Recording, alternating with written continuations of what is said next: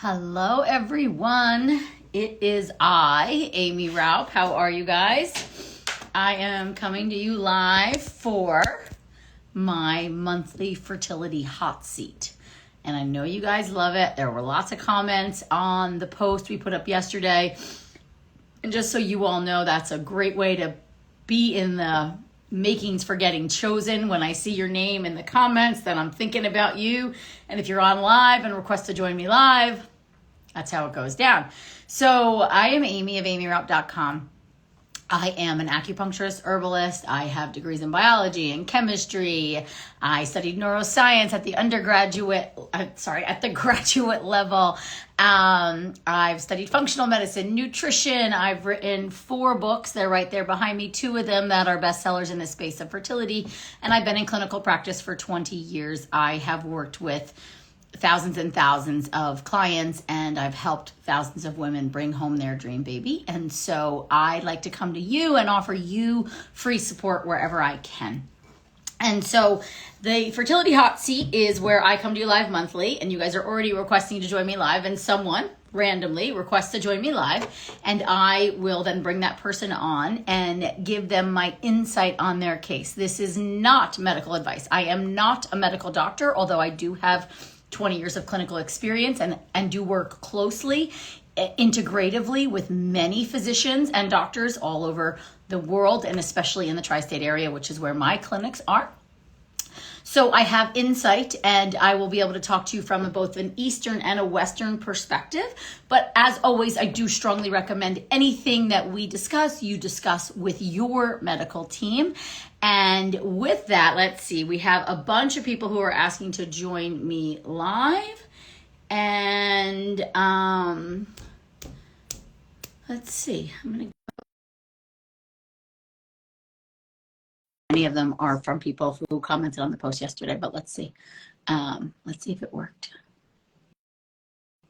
I know the thing is doing its funky thing where it's popping up. Oh, let's see, it worked. It worked. Desiree, is that you? Hi. Hello. I chose you. How are you? Hi. I like your glasses. Thank you. I'm shocked. Thank you. You were first in line. I was like, I'm going for it. I'm going for it. Thank you. So you're not driving, right? You're in a passenger seat. I took a break and because I have that service at work, so I'm in my car with some air because it's 110 right now in Bakersfield. Wow. So what's that? Where are you? California? Yes, California. Yes. Yeah, it's like 88 here in Connecticut. It's just hot. Nice. It's just hot everywhere. Yeah, I know. Yeah. But it's like humid. I mean, I'm sure 100 and change is hot and humid as well. Yeah. So tell me what's going on. How can I help? Well, I'm 34. We've been trying to conceive 2 years in September. 3 miscarriages since April 2022. Did you say how many miscarriages? 3. Did you say 3? Mm-hmm. Okay. So all natural conceptions? Well, the last one, which I miscarried at 9 weeks, it was a blighted ovum. That one was with letrozole, but the other 2 were naturally. And any diagnosis of anything like PCOS or? Diminished ovarian reserve and endometriosis. And how was the endo diagnosed? Just symptoms. Okay. And what are some of the symptoms, just so others can hear, I suppose? So I've had my whole life really long, heavy periods, very painful. After the miscarriages, the cramping, especially on my right lower side, is worse. Just a lot of pain. Yeah. Clots I would with say your bleeding? A lot. Yeah. Clots. Yeah. Before, it used to be 7+ days. 5 of the days wearing like overnight pads the whole day. It was really heavy. Now it's a little bit more regulated. Now it's about what are you doing differently? 5 days. Well, I'm on the 103rd day on your egg quality diet. Okay. Yeah. Okay. So my AMH has gone up. Amazing. What was it? What is it now? So it was 142. It's 170, 1.72. So about 0.30. Okay. And that's, I mean, I think at 34, they probably want your AMH around a 2 or a 3, right? So you're diminished for your age, Correct. but relatively speaking, you still have, I mean, I want you to play around with the number of like 30,000, 50,000 eggs left, something like that. We honestly have no idea. And if anybody tells you they have an exact idea of how many numbers of eggs are left, ask them to see the research, because there is no data clearly delineating what that number means. But so that just to keep that in mind, but that's really nice. And then are you doing anything else for ovarian blood flow or, I don't know. I was doing acupuncture since December. I had a lot of inflammation, according to her, a lot of toxins in my blood. Okay. Last month, she felt everything was flowing really good. Everything was regulated. So she told me to call her back in a month to see if we needed to continue. But yes, I was doing it for 2 weeks, actually 3 weeks, twice a week, just because how inflamed things were. And then we went to twice a month, and then now we're just kind of in a wait period. And are you doing castor oil packs at all in your follicular phase? I've tried, yes. I've done a few. I would say the last 2 months I have. Okay. And so there's been 3 pregnancies since, and how long of a time period? So it'll be 2 years in September, but for the first 6 months, we didn't conceive, like nothing. There was nothing. So the first pregnancy came January of 2022, and then we miscarried about 5 weeks in, and then we conceived again September 2022, lost that one early on, and then conceived again January 2023, and that was the blighted ovum that we lost at 9 weeks. And what are the doctors saying or recommending? It's been a struggle. It's just, oh, well, you have diminished ovarian reserve. Like, they don't want to test anything. What I have done is I started tracking my hormones via the Mira app. And I noticed that my estrogen and progesterone are just low the whole month. I do have a peak around, I'm guessing ovulation time, but then they just drop. The whole month. So you don't see progesterone rise after ovulation? It does, but it's still very low compared to like the average that they show you on the graph there. Okay. And have you ever been tested for progesterone in your luteal phase, or even when you're pregnant, do they test it? They only test the 21 day. That is the only thing she is open to. What was it? It ranges. So it's ranged the past 4 cycles of letrozole, like 12, 14, 17, 22. So it's trying to get there. Yes. Okay. And then, so you've done 4 cycles of letrozole and 1 got you pregnant. Correct. Okay.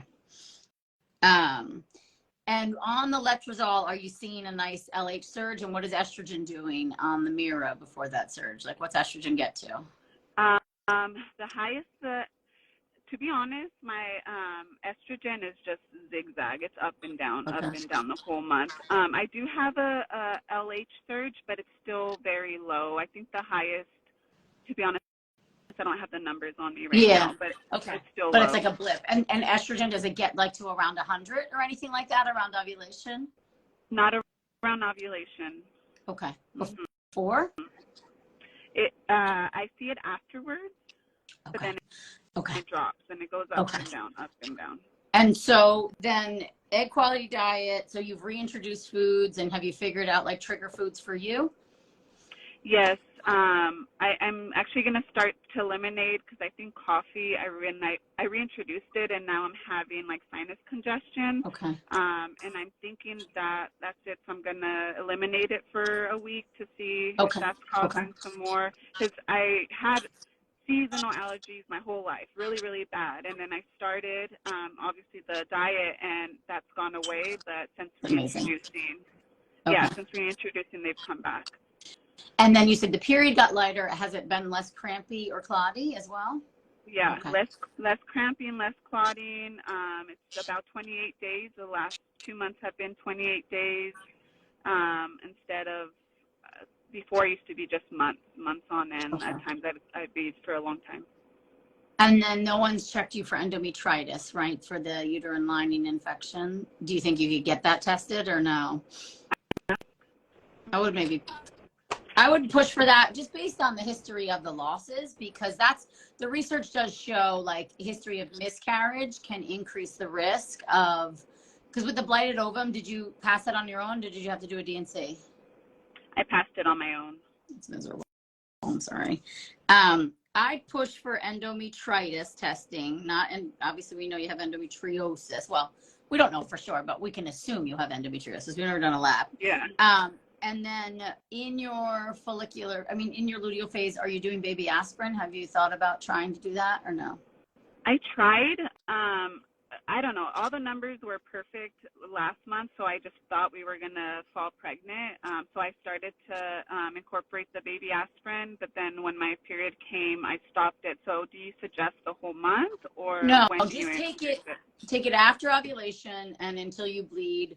If you get a positive, stay on it. Of course, talk to your doctor about that. And then the other thing, you do fall into the category now of 3 miscarriages. And so you should be able to get your doctor to do the miscarriage panel on you too, which is the clotting factor panel. If you go to aimee.com/miscarriage, there's a PDF there with all the tests that a lot of docs will do a miscarriage panel and they only do like 5 of the 15. So the complete panel, I would urge that. And then has your thyroid been checked or your vitamin D levels? Yeah, so I'm on Synthroid or levothyroxine. That also goes up and down, up and down. It was like 1.98, then it shoot to 3.42, then to like 2 point something. So since I got on it, I was able to get it down to 2, but I recently got rechecked and it's back to 2.19. Okay. That's okay. 2.19 is fine. Did they check thyroid antibodies? They did. Oh, Didn't okay. find You didn't have them. anything. Okay. No. And then vitamin D, has that been checked? And what's that They doing? just requested it, so I should be getting results soon. And then do you do progesterone even over the counter in your luteal phase or no? No, my doctors only suggested it when I fell pregnant. Once I get that positive, then it's the insert. Yeah, you could talk to your doctor about it too, but you could also do an over the counter, the Now NOW progesterone cream. It works like as per the Mira, if you will. Like I'll see where it brings progesterone levels up higher. So again, same thing as the baby aspirin. You would take them starting at the same time and for the same amount of time. And then upon a positive pregnancy test, the doctors a lot of times will have you continue on the baby aspirin. And especially if you go for the miscarriage panel and we see a clotting factor, then there might be something more to add in. And then the progesterone, I would do like what your doctor suggested, like then you switch to the actual suppositories or however they're giving you the progesterone once you get pregnant. But those 2 things, and then I think it's probably more about just keeping inflammation low and now like almost that you're at a new baseline and a new normal, because it sounds like if estrogen isn't getting as high as it should, like based on the Mira and their averages, and then progesterone isn't, we do think that it's egg health, right? So it's like the follicles just aren't getting, as I would say, juicy enough, ripe enough. And then once that follicle gets juicy enough and ripe enough, then we have to assume, because we don't know for sure with every cycle, that the egg itself is also super healthy. And then also we assume that then the follicle, once it ruptures out the egg, that creates the corpus luteum, that secretes the progesterone, is also going to do its job. And so I feel like for you, it's like almost staying the course with all the things. But then I would definitely, like every cycle you try, I would have baby aspirin and progesterone in the mix just for like extra support. The thyroid support too, that could be a reason for any of those previous losses. I would rule out the endometritis in the uterine lining, because now that you have had multiple losses, it's like you can really push for these tests, because this is where the data is, where it's like, oh, women with, multiple losses, we rule out endometritis. Women with multiple losses will now do a clotting factor panel, which is screwy, in my opinion. It should be, 1 loss, maybe even no losses, and we just do these tests. But this is how a lot of insurance companies work. And so doctors push back. So now at least I think you have ammunition to push for that. I would. And then also, supplement wise, what are you doing? So I'm doing the liver and capsule pills, the cod liver oil, ubiquinol, the E3, I believe. I bought your whole package of Okay. supplements, Thank you. and the vitamin D3. Okay. And then how much of the cod liver oil are you taking? 2 capsules is what the bottle had suggested. Yeah. So I would don't increase that. Okay. So I would increase that at least to, you could go up to 6 capsules. You'll go through that like you do 3 and 3, take it with food. I would do that because you kind of want, with the endo and the history of the losses, you want about 2 to 3 grams or 2,000 to 3,000 milligrams of fish oil. Each capsule, I believe, is 500 milligrams. You can check the bottle on that. Sometimes what I do is I do like 4 cod liver, and then I add in 1,000 of Thorne makes a fish oil called Thorne Super EPA. There's Super EPA Pro, which is like 1 capsule, I think is like 1,000 milligrams. So sometimes I'll do a mix. But if you have the cod liver oil, like right now, I would increase that. And then Raupp enzyme, which it's a serrapeptase. It's like a digestive enzyme. But they're proteolytic enzymes. They like break up masses and things like that.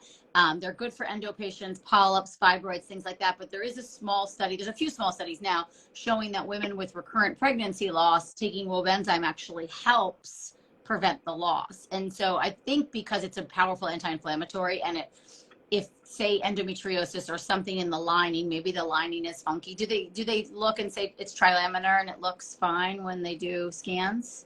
They ever told you They've about only done the fluid sonogram. That was the saline only thing sauna? they've Okay. done. Yeah, and they said it looked fine. So yeah, I would take the Raupp enzyme. It's like the bottle will say like 3 tablets 3 times a day. You do not need to do that. Just do 3 tablets once a day on an empty stomach. And the other thing that I might push for when you're asking for that endometrial biopsy, and it is a surgical procedure, like you do have to go under anesthesia for it, but is a hysteroscopy. They could do the endometrial biopsy to test for endometritis at the same time, but to look in there to make sure there's no fibroids or polyps, because the saline sonos don't always pick them up. And again, with the history now, like now that you're at number 3, I feel like you have reason to push. And especially like if they're starting to talk to you about IVF, it's like, no, I want all these tests done before we're even thinking about that, because I'm not going to work hard for these embryos and then transfer them into a uterus that you haven't looked into. So it's just like stick to your guns. And also, I don't think you need to go to IVF. You're getting pregnant. It's more about, I think, the right timing, the right egg, and the right environment, you know? Yeah. So, I mean, you of course have to check in with your heart and see where you're at and know that. But, IVF isn't a guarantee of a pregnancy. And if they haven't looked into these uterine potential issues, then where we could transfer an embryo and you miscarry that, you know what I mean? That's tested and all that. So it's like, I think you push for the endometritis testing and/or a hysteroscopy. You push for the miscarriage panel. Your thyroid's being treated, your vitamin D you're checking. We increase the fish oil, add in the Raupp enzyme. And then do the baby aspirin and the progesterone in that luteal phase.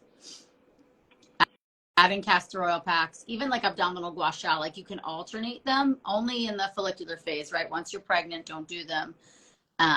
But those things too, it's like my sense is like we just need to keep improving ovarian blood flow to get those eggs better, you know, almost like get the best ones up there, get them all the ammunition they need to develop properly. Because the chances of your eggs all being bad is like, you know, low at your age. I mean, 30, I just think it's really low. I think the research that I just did a video on at your age, I'm going to pull up the chart because I just have this open because I'm obsessed with it right now. At your age, it looks like it's telling us 20% of your eggs are bad. So that means 80% of your eggs are not bad. Again, obviously this is an average, but they looked at 20,000 oocytes. So, I mean, with over 3,000 IVF patients. So, I mean, it's a significant amount of data. But I think too, for you to just talk yourself through that, because what's gonna happen if it hasn't already is it's all gonna be blamed on egg quality. That's why you're having the losses. Your eggs are bad, but it's probably more the inflammation from the endo that's impacted how the eggs are developing once they're kind of recruited. And so to almost, for you, I mean, I think you're doing all the right things, and just stay the course with serious endo. It can take like a year and a half, 2 years before you really see the impact. And if you're 100 days in, and I think you're already seeing the changes in your cycle, so like stay the course. That's what I would really push for. Okay. And then even with the acupuncture, like you could also consider seeing an herbalist. I mean, in California, all acupuncturists, at least when I trained there, have to be herbalists as well.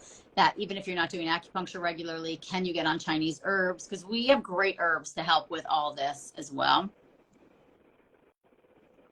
I have a question, because there's suspicions of my liver function. I have very high cholesterol, like really, really high, and my liver, the numbers are a little high as well.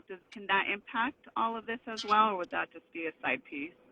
Yeah, because the liver is what's kind of processing out the estrogen, like the estrogen that you don't need, if you will. And so if the liver is backed up, that's reason for kind of the environment for endometriosis. So the Wobenzyme and the higher fish oil will both help with the cholesterol, but then you might want to think about Designs for Health, I think it is. Let me just see. I think it's called LVGB Complex. Designs for Health. Yeah, it's by Designs for Health, LVGB. Like a lot of these things, and I'm going to say this because I know everybody else is watching, and then they're all going to want to do it too. Is like, this is something that I think is good to do 1 to 2 months. Like it's got milk thistle and ox bile, artichoke, beet powder. So it's not like a DIM or anything like that that's going to like decrease estrogen, which I think, like, especially with you, your mirror showing lower estrogen. I do not want to decrease estrogen in you, but I want to support the liver and its detox pathways. So the liver support soup in the egg quality diet, super important, and doing your beets, super important. Even if you're just eating pieces of the liver support soup and you don't like to make it, I'm totally fine with that. Like, I love it. Yeah, I know. Me too. I'm used to it. But even like the Paleo Valley Super Greens or Athletic Greens, I think are great, like, things to do on the days you don't feel like doing the liver support soup. But this complex, this LVGB complex, could also be really helpful to support liver function. It promotes bile flow, digestion, and assimilation of fats and fat-soluble vitamins, because the cholesterol is probably high because you're having a hard time breaking down the fats. And so that's where the Wobenzyme would come in, again, increasing the fish oil. But then I would do something like this LVGB complex, maybe for a month, and you could reassess at that point. Have you had your liver function or cholesterol checked since doing the egg quality diet? Mm-hmm. Yeah. And it hasn't changed? It went up. It went up. Yeah. So it's probably the fats. I would think then some kind of, like, so the Wobenzyme would be like my first stop. Now I have this, I've been doing functional medicine studies, and then I have someone on my team that studied at Institute of Functional Medicine, and we're doing a lot of functional testing now on patients. And so this product comes up a lot, which is why I know to recommend it. So this is something that I would consider adding into. Okay. I think you don't want to take it when you could be pregnant. So I'll asterisk that for you, so that this just might be something you only do in the follicular phase. The Wobenzyme can be done all month long. The fish oil all month long. And then there are pancreatic enzymes that could also be added in that can be done all month long. But I think the Wobenzyme would be, they work a little differently.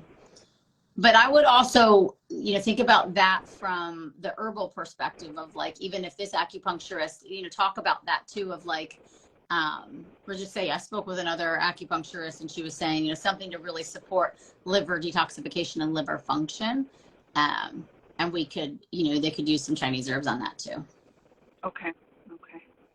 But that's a clue. That's an inflammatory clue, right? And so what can I do to reduce inflammation? So think about that too. There's also like some powerful turmeric supplements out there. I think Qunol makes a good one, which is another good if you will, detoxifier for the liver. Okay. And then the test that you could think about if you have someone to recommend it is the Dutch test. And again, all practitioners in California, even acupuncturists, can order these tests. So maybe finding someone that would do it. It's $300. It's through Dutch, D-U-T-C-H. It's called the Dutch Complete. It's a urine test. You do like 4 urine strips over, I think, a 24-hour period. And it shows us how you're metabolizing your hormones. And it looks at DHEA, it looks at testosterone, all your adrenal stuff, cortisol, cortisone, organic acids. But it gives a nice picture of what estrogen, progesterone, all those things are doing, and then like where to better support you. Okay. That's another thought too. And of course, okay, I've looked into it, yeah. Yeah, if you did a coaching session with one of my team too, we would fold that in. You'd have to pay for the test additionally, but then Okay. Carrie's on my team who does the functional medicine testing, so we would just do it like that to redo a consult, review the Dutch, get feedback that way too. Okay. All right. Any other questions right now? No, it's just everything with egg quality has gone better. I've had gastrointestinal issues, that's gone. Amazing. I've lost weight. Periods are regulated. It's just my like liver functioning and possibly spleen. It went up, and the cholesterol. Those are really the only things right now. So that's where I like first stop would definitely be that Raupp enzyme, and you might even do like a month where you're doing 3 tablets twice a day and then go to 3 tablets once a day, because that could really help. That's always my answer, even for like if I'm not treating fertility and it's cholesterol, that's the supplement I use. And then, like I said, this LVGB complex is something like newer to me that has been used on patients of mine. So I'm like learning more about it. And then increase the fish oil for certain. I'm trying to think if there's anything else. Oh, NAC. I would also put yourself on N-acetylcysteine for endometriosis, like 600, 900 milligrams a day. There's some research about, you could just Google it, NAC endometriosis, and you'll see a couple of research papers. And then there's certain dosing that they discuss in those papers, but I think even just a baseline dose, because it's the precursor to glutathione, which is the master antioxidant in the body, and that would really help too with from a like an inflammatory quality perspective. Okay. Thank you. You're welcome. You're welcome. Okay, but I think we got a lot to work with, and there's a lot of things you can do. And if anything you missed or you forgot, just you have to message me, DM me, and just say, what were you talking about here? And then I'll respond with all the things, okay? Okay. And so if I get the Dutch test myself, you said I can do consultation with you guys? Yeah. Okay. So yeah, you would call always, and this is for everybody, always call Dutch. Don't do it online because it's more expensive. Okay.